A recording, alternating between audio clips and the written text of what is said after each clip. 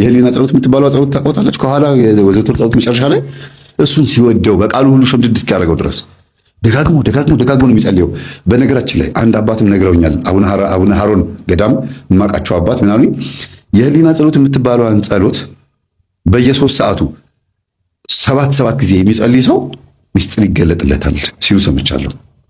እኔም ጸልዬ የተገለጠልኝ ሚስጥር የለም፣ ግን ሚስጥር መላችሁ ይሄን ሌላ እንደዚህ የተገለጠ ግን የምፈልገው ነገር ተሳክቶልኛል።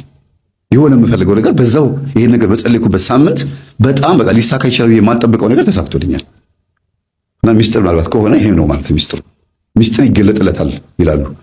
ሌላም አንዲት እህት ይሄን ነገር ነግሬያት መምህር እግዚአብሔር ይስጥህን ያለችኝ። አሁን የት መሰላችሁ ያለችው? ውጭ ሀገር ነች። ሀገሩን መናገር የሚያስፈልግም ውጭ ሀገር ናት።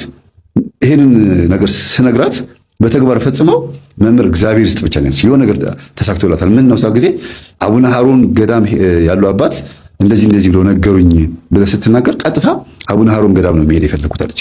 ሄደች። ሳልነግርህ ሄጄ በመምጣቴ ይቅርታ አለችኝ።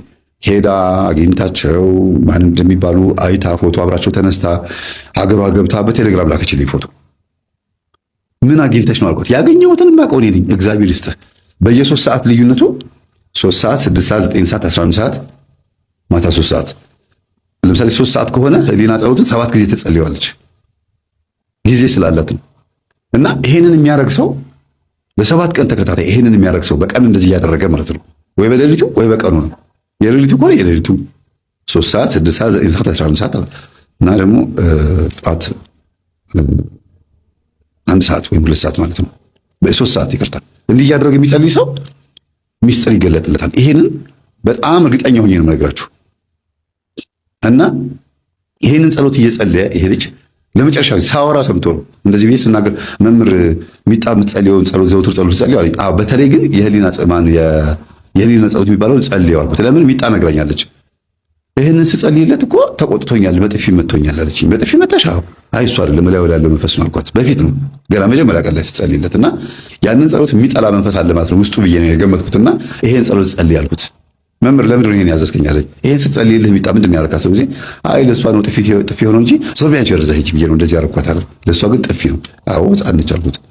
እና በዛ ውስጥ ግን እመቤታችን በጥፊ የምታስበው ጊዜ ውይ እመቤቴ ይቅር ትበለኝ፣ ይሄንማ እየጸለይኩኝ የምትለኝ ነገር አደርጋለሁ አለ። በቀን 7 ጊዜ እየጸለየ ለ7 ቀን ከምግብ ይሄ ሱባኤ ምናምን ነገር አይደለም። ዝም ብሎ ጸሎቱን ብቻ በመጸለይ ከፈለጋችሁ ደግሞ እንደ ሱባኤ ማድረግ ትችላላችሁ። እናንተ ተረክብሮ የተነሳው መንፈሱ ማነህ? አህድ አልሞት ያለኝ አንድ ነኝ አለ። ሰራዊት ስንት ነው? አይደል ሰራዊት አለ። ይሄ አንተና አዳራሽ የምታንጫጫው እጅን እየጫንክ እንደዚህ የምታደርገው አልኩት። አዎ እኔ ነኝ። በጣም ይገርማል።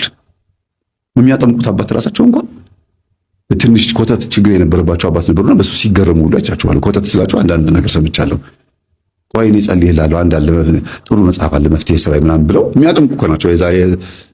የአንድ ቤተክርስቲያን ጥምቀት የጸበል ቦታ ማለት ነው። ይህ ሁሌም ነገራቸው ይሄንን ነው። ያጠምቃሉ፣ ግን ችግር አለባቸው። ሌላ ነገር ይደግማሉ። የምነግራችሁ ለዚህ ነው። እዛ ጋር ጸበል ቦታ ሲጮህ ካዩት ቆይ እኔ ይሄን ሸኝልሃለሁ፣ በቤት መጥቼ አጠምቅሃለሁ፣ ይቺን ነገር እንደዚህ አርጋት ብሎ ሌላ የድብትርና ነገር የሚያስተምሩ አሉ። ጸበል ቦታ ተቀምጠው ይሄንን ቤተክርስቲያን ብትቆጣጠርልን ደስ ይለናል። ፈትኗቸው እስቲ፣ ቼክ አርጓቸው፣ አታጧቸው እንደዚህ አይነት አባቶች። እና እኛ አባትም በጣም ተገርመው ጴንጤ ነበረ ፓስተር ነበረ ሲባል ሰምተው ማነህ ሲባል አዳልሞቴ ስንት ነህ ሲባል አንድ ነኝ፣ ግን ህዝቡን በሙሉ እንዳለ በከልኩት ሲል የነበረው ሰምተው ገርሟቸዋል። እና ምናልባት እንግዲህ እሳቸውም የሆነ ችግር ይኖርባቸው ይሆናል። ወደዚህ ስንመጣ ሚጣ ቆርባ ወደ ቤት ትግባ ተባለ እና ነጭ ልብስ ገዙላት፣ ነጭ ካልሲ፣ ነጭ ታይት፣ በቃ አማረባት፣ ካናቴራ ምናምን ደስ አላት።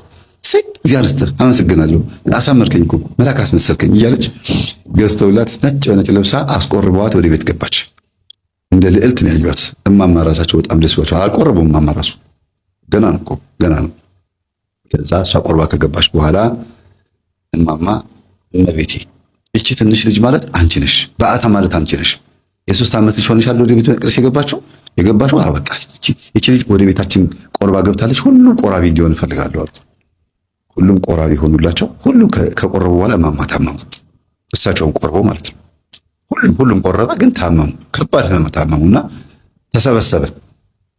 ለካ እየጸለዩ ያሉት ና አሁንም ቢሆን ልጆቼ እንዳታሰቃይ እኔው ላይ ና፣ ከኔ ወደ ልጆች አይደል የሄድከው መምህር ተስፋዬ እንዳለው ና ወደ እኔው ላይ ናና እናውራሉት። ከዛ በህልሜ የት ነው የማድረው አሉ? ፕሮቴስታንት ቸርች ነው የማድረው አሉ። ለምን መና ብለውታል። ከዛ የለመደውን ምናምን የነበረበትን ቦታ ያሳያቸዋል። በህልም አዳራሽ ላይ ሆነው እያሉ እንዳሮጊት እንዲህ ሲሉ ያሳያቸዋል። እና ሲዘምሩ ምን ሲሉ ማለት ነው።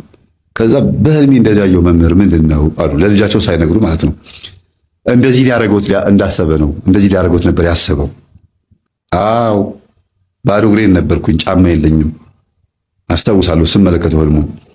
እንደገና ደግሞ እንደዛው እያሸበሸብኩኝ እንደዛው ፕሮቴስታንት ቸርች ውስጥ እንትን እያልኩኝ መድረኩ ላይ ግን ልጅ አይደለም የሚታየኝ፣ የቆመ እንጨት ነው የሚታየኛል።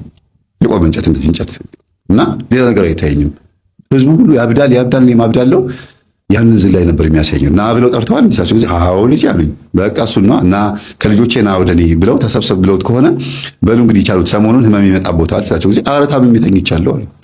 እንዴ ማዘር ና ብለው ከጠሩ በኋላ እኮ ህመም ከሆነቦት እንደ መንገድ መደወል አለቦት እኮ እንደዚህ ደምዝ ይላሉ ብዬ ካህን ይዤላቸው ሄድኩኝ።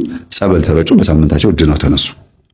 ከዛ እሳቸው መጮህ ነበረባቸው ማለት መንፈሱን ጮህ አላር ለመጀመሪያም መጮህ ነበረባቸው ማለት ጮህ መውጣት ነበረበት። ክትትል ያጉ ብያቸው አዳልሞቴና ጠቋር ሄጃለሁ አለ። አሁን የቀረው ባለ ወሰንገላ ነው። ወሰንገላ ደግሞ ለምንድን ነው የቀረው? ለልጃቸው ስም አውጭለት ብሎ ወሰን ብሎ ወሰኔ ብሎ ስም ይጣውት ነበርና አሁንም በተደጋጋሚ ወሰኔ ሲሉት አቤት እያለ ይመጣል። እማዬ በቃ ይሄን ስማት በዚህ ስማት ትጥሪኝ ይላል።